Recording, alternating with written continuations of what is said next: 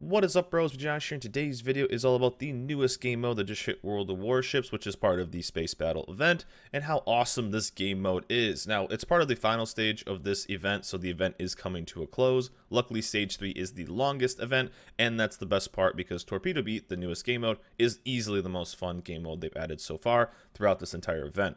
Now, what is actually this game mode? Well, it's a pretty simple one. It's 5v5. Each team will have 5v5. Destroyer only, which is pretty fun too.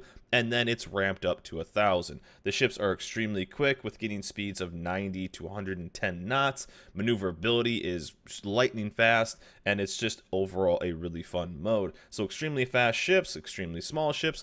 The map is based around epicenter mode, which have independent circles, so you can cap them in and out. But you're not really trying to cap in this mode. You're really trying to torp the ever-living heck out of your red team. The best part is, though, the torpedoes are going to be extremely fast on the reload, from 15 seconds to 20 seconds. And one thing that's actually kind of cool is there are no main battery guns. They are basically turned into automated secondary guns. So it may look like that, then that will actually affect how you spec out your captains, which we'll get to in just a second. So this is pretty cool too. And you start the game with one repair on each of the destroyers, one repair consumable.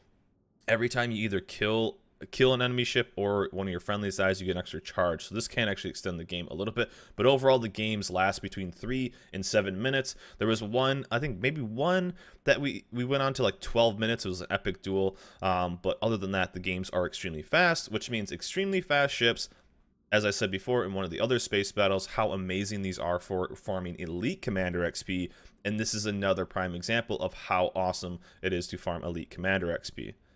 Now, a very quick example of what Elite Commander XP is, and we're looking at the Kuma as the example. So every time I play the Kuma, I'm going to earn XP towards this captain. As you see, he has an experience bar that goes all the way through. He's at 12 points right now. Every XP that I earn on when playing this ship is going to go into that specific captain. Now, one thing that's amazing about Elite Commander XP, which is what these space battle captains all have, is they're all level 19 at the start. As you see right here, I have a level 19 captain on my Pan-Asian cruiser, and so every little bit of XP, as you see he's maxed, would go into what's called an Elite Commander XP pool that sits right here when you click on your captain. I have 409,000. Now, the best part about this XP is, even though this is made on another ship, which is the best part about space battles, is they're all 19 points, so all the XP you earn within those games is going into that pool.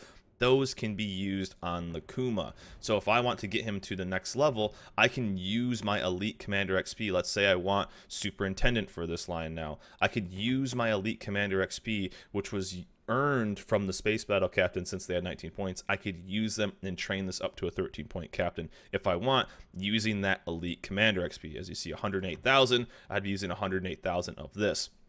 Now, if we want to switch over that captain from the Kuma to the Tenryu, all we have to do is assign a commander. We will go to other ships, and then we'll find the Kuma captain right here. So whenever you have to switch a captain from one tech tree ship to another, they have to go through what's called the retraining process. And you can either spend the doubloons to speed this up all the way, so this actually saves you some doubloons here, or you can split it in half by spending credits, or you can basically save yourself credits and do free of charge. Now you have to go through an entire retraining process to do that. So what we're going to do is we're going to cut that in half for 200,000 credits. And so what you have is you have certain things that will work, certain commander skills that will work, and certain commander skills that will work under a limited ability. So right now, priority target will not work while you're doing the retraining process. Adrenaline Rush will not work while you're doing the retraining process. Demolition Expert will be cut down in half, so only 1%. Concealment Expert will be cut down 50 or cut in half, so only 5%, because that's the entire retraining process, because you're moving a captain from a tech tree ship of the same nation to another tech tree ship. Now, one of the best parts about this space battles is they're all 19-point captains, so all of those go in there. And so what you can do is you can speed up this process by using Elite Commander XP. That's how amazing this is, and this is the reason why to farm this mode as much as you can while you have the time, because farming that can save you not only credits, but time, and also get your commanders to a higher level to get them into better ships quicker, and then you're just going to have an easier game. So the mode will come with 3 different destroyers, and they're all going to have different play styles. Now, you will start with the Celeste as well as the Comet Trace, and then over time you will unlock the Rover. The Celestial is the Z-52, the German Tier 10 destroyer, and this is a pretty decent destroyer to start out with. We're going to look at 3 specific things on all of these DDs. Now, the thing that this brings to the table is it brings sonar. So if you are not that comfortable with playing destroyers in this very fast mode, I would recommend the Celestial. The hydroacoustic search just gives you an advantage. It spots torps from farther away. As you see, detection on torps, 6.2 kilometers. Yes, they're traveling extremely fast, but it will give you a little bit more time when it comes to having a reaction time and not getting torpedoed. And obviously, you start with 1 heal and then you go up. The Comet Trace, which is my favorite, comes with the speed boost. Not really needed, but it does definitely help at the start. And then the Rover, the Shimakaze, which is the one you unlock after 10 wins, will come with smoke. This is completely worthless. You'll never really use it. But let's start out with some things that are going to differ from ship to ship. Now, every ship is going to have either some strengths and weaknesses, and these are the main reasons why I would choose this ship. In the end, it's going to be up to your play, but the Celestial was one I started with. I really liked it, and the reason being is you have very fast torpedoes. The torpedo range is pretty far at 10 kilometers. Remember, 160 knots, and the ship itself is running at 90 knots with pretty fast rudder shift and turning circle radius. The main things we're going to look at is rudder shift, so 1.5 seconds. That's lightning fast. So, especially having the hydroacoustic, this is going to be pretty nice. But 10 kilometers, 160 knots on those torps, 2 sets of 4, and the reload time is 20 seconds on those. Again, the reload time on the secondary, or the main battery basically, is going to be 1.8 seconds. Now, when I'm building out these captains, and this is going to be basically the build that you're going to be using, or I recommend on this, and it's going to seem crazy for a destroyer, and this is what I'm running with. Now, you are going to be running priority target. Doesn't really matter on this. You're not going to get too many things knocked out. Priority target, I guess, just kind of helps maybe avoiding torps. Last stand, this is even maybe passable. I still take it because it's a destroyer and it's just habit. Now, for me, vigilance is fantastic because you will actually get an advantage of spotting torps earlier. I played one spec where it didn't have vigilance and it was very noticeable. Taking vigilance will save your life. AFT will help you get extra range on those main battery guns. And then actually, it seems crazy, we're playing a destroyer, but taking manual fire control. You actually have to go past what the game is telling you not to take. Now, again, these are 19-point captains. You can get more of them if you've been playing the other ones. So if you mess up a build or want to check out something else, you definitely can. But manual fire control for this is fantastic. There are games where we were getting 20,000, 30,000 damage just with secondaries because they basically are your main battery guns. BFT is fantastic. We could obviously grab Superintendent for an extra hydro or extra heal off the start. Not really needed because you'll get more heals as the time goes on, and you won't use all your hydros, so kind of worthless. One thing you could also grab too is Torpedo Armament Expertise. The thing is, 20 seconds, 10%. It's only 2 seconds. Yeah, it could add up over time, but still, I think I would rather take a little bit extra damage from the secondaries on this build. Seems like a very crazy build for a DD, but it definitely does work, and I highly recommend it. But again, looking back at these DDs, 10 kilometers, 160 knots, 1.5 rudder shift, and then you're getting 1.8 seconds on the reload time. Clicking over to the Comet Trace, which is the gearing, and this is my favorite one, is basically the same thing, but the secondary armament is shooting faster, although it's 127s instead of 128s. Didn't seem like it really mattered, but almost cut in half on that, so this was really, really nice. Firing range is a little less, though. The Celestials has a longer range on the secondaries, but 4.8 kilometers, you will be absolutely using that for sure. Torpedoes, 2 sets of 5 at 15 seconds, but they only go 7.5 knots. They're 7.5 kilometers, and the torpedo range 7.5, so shorter, but you get faster reload. I like this because you aren't really hitting too many torps at a long range because ships are moving too quick. They have time to notice it. There's lots of ships within close quarters. Maximum speed, 110 knots. Again, these things are so fast and so fun. 90 knots on this. So you're trading some speed and range for torps for speed on the ship itself. And an insane rudder shift of 0.7. Torp beats galore in this ship. Torp beats galore. Also, it doesn't say it here, but you can slow down super fast with this. So if you spam on the S key, you can avoid those torps. The Comet Trace, the gearing, was my favorite ship by far. I just like the agility, and it's so good at getting into those quick torpedo beat sections.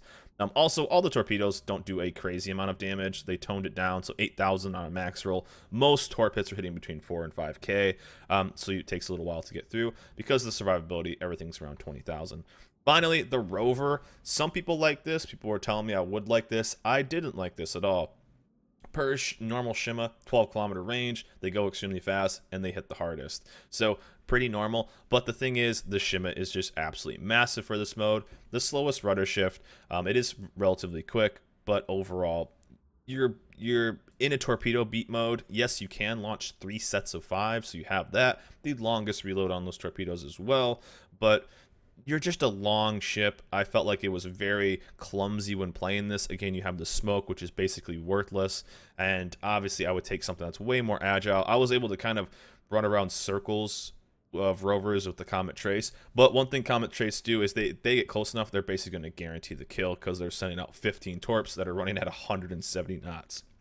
There's no way you're going to avoid it. So again, all of these I ran the same kind of build with the manual AA or manual secondary setup. It's definitely going to help you out. Also within this video, we did hype up all of the flags. Now, I never saw a detonation in this mode, so I didn't run the flags. So all of the flags you're going to see and all of the XP you're going to see is inflated by this. Now, obviously, this is the highest example you're ever going to see. The game we're going to be playing to, I think, would actually be relatively a normal win or a kind of a good win. I didn't use my best game. I didn't use my worst game. I used something that is pretty normal. And obviously, the speed of these games, as I said earlier, are between 3 and 7 minutes on average. Now, all of the XP you're going to see, though, is with all of these flags, and we're using everything that gives us Commander XP, because that's the XP we're trying to show off and how awesome this mode can farm. So we're using Equal Speed Charlie, Zulu Hotel, the Red Dragon, the normal Dragon. We're using the Cilia, the Basilisk, the Hydra, and the Leviathan. So those are all of the flags we are using. We're not using any competitive or any of the combat ones. Obviously, if you wanted to, you could bring the secondary one. It would actually help. You could also bring the Victor Limas and the ones that actually light fires. Those could also help too. Also, you are on fires a little bit. The heals would actually be nice, but you get so many heals that it doesn't really matter. But you could also take stuff like India Yankee if you want. I mean, these are kind of nice. Obviously, if you want to grind credits, you could switch over to credits. If you want free XP, you could grind free XP. This is a really fantastic way because of how much XP you get for how long the games take. So here we are in game itself, and I wanted to show how the actual start of the game happens because you go so fast, and that's one of the main parts about this game is everything's fast, fast, fast, fast, fast. And yes, I'm shooting widespread. It's because the torps move so fast. I found that actually widespread works a lot better than narrow spread. If you get into a brawling situation or a kind of a jousting situation, yes, the narrow spread might work, but obviously just sending a ton of torps out, you could snag somebody. You will notice that in the bottom left corner it says Firefly. That was the last year's actual ship name, so the replay system kept that. GG easy replay system. But overall, as you can see, it's just a fun mayhem game mode. And the thing about it too is torps are extremely fast, ships are extremely agile, and it's just a good time. But as you see, we're going here, and you won't see me actually click on the ships, but you'll see me kind of rolling. There are also a lot of missions for this right now. It's a 3-part mission, and you actually need to get a 225 torpedo hits. It does sound crazy because it is crazy, and it takes a long time to get them. I was averaging probably about, I don't know, 5 torp hits a game, so people were saying they did it. Also, you may see in there like, "Hey Josh, why did you launch those torps? They're friendly torps." There is no friendly damage. The torp does get eaten, but there is no actual friendly damage. So you don't really need to worry about torping your teammates. And as you see right here, he does snag that, and most of the torps will do roll pretty low. But you can also see the cap modes themselves are independent. So you can cap one, and you cap the middle one. And there's actually a bunch of rewards for this too. All kinds of, you know, cap multiple caps in one game, kill a bunch of ships in one game. This actually led for some pretty fun ideas for game modes. And one of the things is, I think Wargaming is honestly trying to test a lot of these game modes, forcing it. Actually, sting a ship there as well. And you can actually do some, like, some mind tricks in this, and I found it kind of cool. You can throw on your brakes and you know, close down and change the way you're moving and stuff like that. It's a lot of fun to kind of mess around and get into these 1v1 duels or 1v2 duels. There was an epic 1v4 we had where I beat 4 people. That was a lot of fun, and as we snag that, we get our first kill right there. So you see a lot of this right here. where there's a lot of close quarters, slamming on brakes, speeding up, blah, blah, blah. And he ends up taking that Torp too. And you have to be careful because Torps are freaking everywhere. Again, it's absolute mayhem, but it's super silly. And we take down our second ship right there. But I want you to see just how fast these game modes are. And we take a Torp, we're the worst. But as you see, we're already up to 4 heals as well too. So the faster people are dying, the more heals you get. And again, we're already in the lead. There was a couple of games we actually got to cap out with too. So there were a couple people that kind of dragged the games out, and so we just went around and capped, and we won that way. But most of the time, you will win off just getting the kills. As you see right here, I'm just running into the middle to grab that. One of the things too is concealment really doesn't mean anything. You may have wondered when I was making my captain build, why did I not? And someone's mad in chat. Although people get mad in like the social game modes. As you see, we snaked in with some Torps, but it didn't really matter. Yeah, some of the cap modes and everything, you can win that way, but most of them just end so quick. But again, we're already at 3.5 minutes. There's only 2 ships left, and now there's 1 ship left. And the game's just, it's just mayhem. I love it. I really do enjoy this mode. A lot of people are asking if this should be a permanent mode. Now, the best part is it's only 5v5, but I think having it come back as like a reoccurring thing would be awesome. And also, you can, a lot of people don't do it, and as you see right here, it's pretty easy to avoid narrow spread because the Torps are just kind of super easy to avoid, I guess. But that's why I'm shooting so much widespread.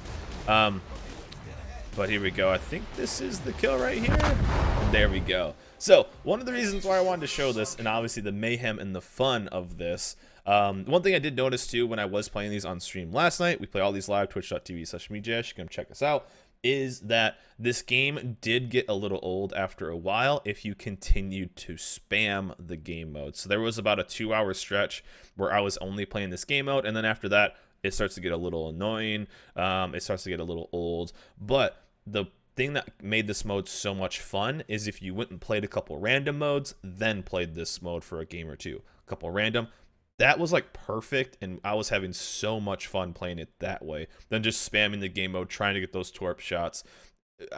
So if you want to try to do it, act it as like a filler game, and you're gonna have so much more fun than like saying, dang, I need 25 Torp hits to get that mission done, to get the emblem. But I wanted to show this game in particular. So as you see, we were all stacked up on flags, 57,000 damage, 3 kills, 9 Torp hits. I mean, all of that, right? We had a lot of really good stuff. 97 target hits with secondaries. There was a game where we had like 500, 600, which was crazy. But looking at the XP right here, we got 443,000 credits, so that's awesome. A fantastic way to farm credits too if you want. 14,180 XP, 4,000 free XP. Another fantastic way to farm these. Again, we really don't have the extra flags stacked up for that. But switching over to the base XP as well, we had what, a 1,700, almost 1,800 base XP, which is a fantastic game. And the reason this is so important is because we're getting the same amount of XP as we would in the other, as I did talk about in the other battle. You're getting a lot of XP extremely quick, a lot of base XP, which is adding to that multiplier. So that's really, really, really good. Now, one of the craziest things is looking at how long this game took. 4 minutes and 6 seconds. That's the main thing we're looking at here, is efficiency. 4 minutes and 6 seconds, as you see right there, and as you see all the damage we did to everything else. But we did 57,000 damage, blah, blah, blah, all that. But the main point we're looking at is 4 minutes and 6 seconds to get that 17, almost 1,800 base XP, to get that 14,000, which equated out to 40,000 Commander XP. All of that Commander XP can be used, goes right into Elite Commander XP, can be used on any one of your ships. So if you don't have a 19-point captain, you can earn up to, and more, up to 10,000 Elite Commander XP per minute playing this game. This is an insane farm rate. I feel like a WoW gold farmer right now. Like, oh my god, go farm this and be super rich. Getting this much Elite Commander XP can get you to your first 19-point captain, can get you to all of these other ships, and just getting high-level captains, getting more AA, getting more secondaries, getting more stealth, getting more just damage overall. This is such a good and fun way to farm an insane amount of Elite Commander XP. It's the best mode, the best way to ever farm this resource that's ever been out ever in this game. So 10,000 Elite Commander XP per minute. absolutely insane. So I want to make this kind of video just showing you guys the potential of this game mode, how insane it can be, and how much elite commander XP you can earn. And on top of that, it's just a ton of fun. So go out and play it, get your free rewards, get your free Aronium, and get your legendary modules or whatever you want for that, premium time, whatever. But pretty insane. Wanted to show you guys this fun game mode, do a quick overview, and show you the potential of farming this out. But anyways, guys, that's it for me. Hope you guys enjoyed this video. Let me know in the comments below what you guys think of the Torpedo Beat mode, but I'll see you guys next time. Also, if you're interested in checking out World of Warships and making it a new account, or if you already have an account and thought about making a second account, you can use my referral link down below and get free rewards just for playing the game. New players and new accounts will get premium Battleship Warspite, premium Cruiser Diana Lima, as well as 14 days of premium time, as well as more to be announced. That's all for just playing the game. You'll get rewards. You get these little missions. Once you've done those missions, you get that free stuff. Also, if you have been taking a break from World of Warships and it's been more than 90 days since your last battle, you can also get some cool rewards by using the same referral link. Returning players can get also the Battleship Warspite, the Tier 6 Royal Navy battleship, the Cruiser Diana Lima, as well as 28 days of premium time, almost entire month, as well as 2 super containers, which have the chance of giving you premium ships, with also more to be announced. There'll be a link down below for my referral link. Feel free to use that. You can also help support me through that link as well. So that's it for me, guys. We'll see you on the next video.